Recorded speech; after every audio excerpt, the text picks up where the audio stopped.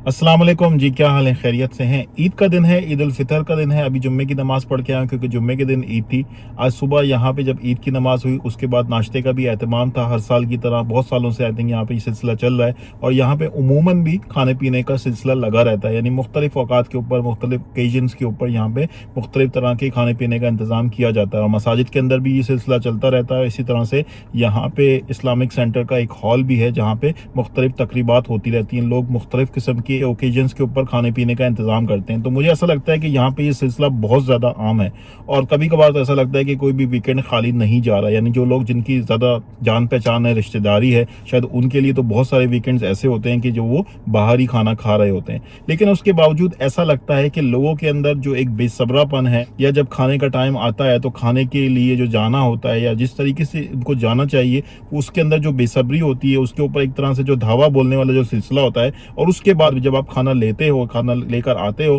तो प्लेटें भरने वाला जो सिलसिला है, क्योंकि ऑब्वियसली अगर लाइन में लगना पड़ेगा तो एक ही दफ़ा लोग कोशिश शायद करेंगे कि उनकी प्लेट भर जाए और वो अपने अंदाजे के हिसाब से प्लेटें भर लेते हैं और शायद ऐसा लगता है कि ज़रूरत से ज़्यादा प्लेटें भर लेते हैं और उसके बाद वो खाना ज़ाया होता है। तो ओवरऑल इस तरह की जो चीज़ें, इस तरह की जो ऑब्जर्वेशन है वो यहाँ पे मुसलसल देखने को मिलती हैं, जो कि समझ से बालतर है कि यहाँ पे भी आके अगर लोग इसी तरह की हरकतें कर रहे हैं, इसी तरह का बेसब्रापन है और इस तरह का सिलसिला अगर यहाँ पे भी हो रहा है तो अजीब सी बात है कि यार यहाँ पे आने के बाद, इतना कुछ मिलने के बाद आई थिंक यहाँ पे सारे लोग जो है वो अच्छा खासा कमाते हैं। चाहे किसी की छोटी से छोटी जॉब भी है तो वो अच्छा खासा कमा रहा है, लेकिन उसके बावजूद भी जो लोगों के बिहेवियर नजर आते हैं इस तरह के ओकेजन्स के ऊपर और जब भी कोई खाने पीने का सिलसिला होता है, यानी कि उमूमन मैं बात कर रहा हूँ, ऑब्वियसली जरूरी नहीं है कि हर बंदा इस तरीके से बिहेव करता हो, लेकिन ज्यादातर इस तरह की ऑब्जर्वेशन होती है जो कि अफसोसनाक है और आई थिंक समझ से भी बालातर है। लेकिन अगर कोई समझना चाहे, सोचना चाहे तो ऑब्वियसली अगर कोई शुरू से इस तरह की बिहेवियर के अंदर इन्वॉल्व रहा है और या पहले किसी के पास कोई बहुत ज्यादा एक्सपोजर नहीं था या बहुत ज्यादा चीजें नहीं देखी थी और यहाँ आके भी अगर आपको बहुत कुछ मिल भी गया है तो उसके बावजूद वो जो इंसान की एक आदत डेवलप हो चुकी है, बिहेवियर डेवलप हो चुका है,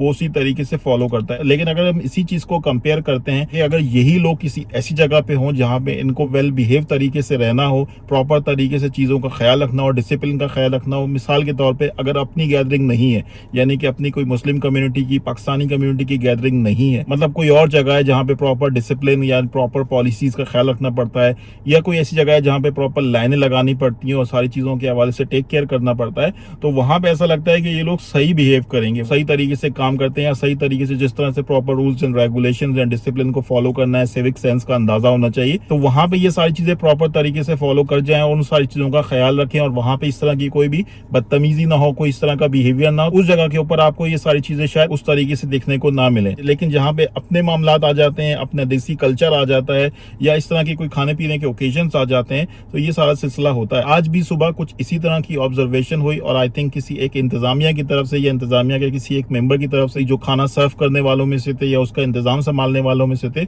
ऑब्वियसली उन्होंने बाद में देखा होगा कि खाना काफी ज्यादा जाया हो गया और यहाँ पे खाना जाया होता भी है। मेरी भी एक जनरल ऑब्जर्वेशन है, लोग बहुत ज्यादा भर लेते हैं और उसके बाद प्लेटों के अंदर खाना पड़ा होता है और आई थिंक यही सिलसिला में पाकिस्तान में भी देखने को मिलता है। तो यहाँ पे आके ऐसा लगता है कि चीजें चेंज नहीं हुई है। जिस तरह पाकिस्तान में देखते हैं शादी हालों के अंदर या किसी भी शादी ब्याह की जो तकरीबात होती हैं उसमें लोग बहुत ज्यादा खाना ले लेते हैं, लोग बहुत ज्यादा भर लेंगे और उसके बाद वो खाना बच जाएगा और उसको छोड़ के चले जाएंगे। तो इसी तरह से हमें कराची के अंदर, पाकिस्तान के अंदर ये सिलसिले देखने को मिलते रहते हैं और ऐसा लगता है कि वही ट्रेंड्स हम यहाँ पे साथ में कैरी करके लाए हैं। लेकिन बहुत ज्यादा अनफॉर्चुनेट है कि यहाँ पे इतना कुछ होते हुए भी लोगों के पास इतना कुछ आ गया है। बहुत बड़े बड़े लोगों ने घर ले लिए हैं, बहुत बड़ी बड़ी शायद जायदादें भी बना ली हैं बहुत सारे लोगों ने और बहुत सारे लोग बहुत कुछ कमा भी रहे हैं। यहाँ पे जो स्टैंडर्ड ऑफ लिविंग है वो सबका बहुत ज्यादा मुनासिब है। ऐसा नहीं कह सकते कि किसी के पास कोई खाने की कमी है, किसी चीज की कोई कमी है, लेकिन जो आदतें हैं, जो बिहेवियर है वो वैसे ही नजर आते हैं, उसमें कोई बहुत ज्यादा खास तब्दीली नजर नहीं आती, जिसके हवाले से सोचने की जरूरत है। हमें एज अ मुसलमान, एज अ पाकिस्तानी भी सोचने की जरूरत है कि जो इस तरह की सारी चीजें होती हैं ये कोई अच्छी बात है, इससे आप क्या इंप्रेशन दे रहे हो, यहाँ पे आप अपनी नई नौजवान नस्ल को क्या इंप्रेशन दे रहे हो, जो लोग यहाँ पे पले बढ़ेंगे, जो यहाँ पे पैदा हुए, उनको आप क्या सिखा रहे हो, उनको क्या एटिकेट सिखा रहे हो, उनको क्या एथिक्स सिखा रहे हो, आप अपने बच्चों की परवरिश कैसे करोगे, उनको क्या चीजें सही बताओगे, क्या उनको मैनर्स सिखाओगे। तो ये सारी चीजें आपको देखनी पड़ेंगी, इनका ख्याल करना पड़ेगा। आप खुद अपने ऊपर अपनाएंगे तो शायद दूसरे लोग भी आपसे देख के जो है वो मुतासिर हों और वो भी ख्याल रखें और कोशिश करें कि इन चीजों से बचें। ऑब्वियसली रिस्क का ज़्यादा तो वैसे ही गुनाह है ना, रिस्क तो आपने ज़ाया ही नहीं करना, ठीक है। तो कोशिश करें कि जितना ज़रूरत है उतना ही लें। जब भी खाने की कोई तकरीब हो, खाने के लिए आप कहीं पे भी जाएं और सब्र का मुजाहरा करें। अगर आप दूसरों को मौका देंगे, पहले चीज़ें जो है वो प्रॉपर ऑर्गेनाइज वे में चलेंगी और खाना अगर ज़ाया नहीं होगा, अगर खाना कम है तो बहुत बहुत सारे लोगों को वो सर्व किया जा सकता है। बहुत दफा ऐसा हो जाता है कि बहुत बड़ी तादाद में लोग आ जाते हैं और वो भरना शुरू कर देते हैं, और उसके बाद जो लोग पीछे इंतजार कर रहे होते हैं उनके लिए खाना बचता नहीं, और बाद में पता चलता है कि खाना बहुत ज्यादा लोगों ने भर लिया और वो खाना जाया हो गया। तो आप सोचें, क्या ये हरकत सही है, क्या ये चीज सही है, क्या ये आदतें सही हैं? तो इस हवाले से जरूर सोचिएगा। अक्लमंद आदमी को ये बात समझ में आ जाएगी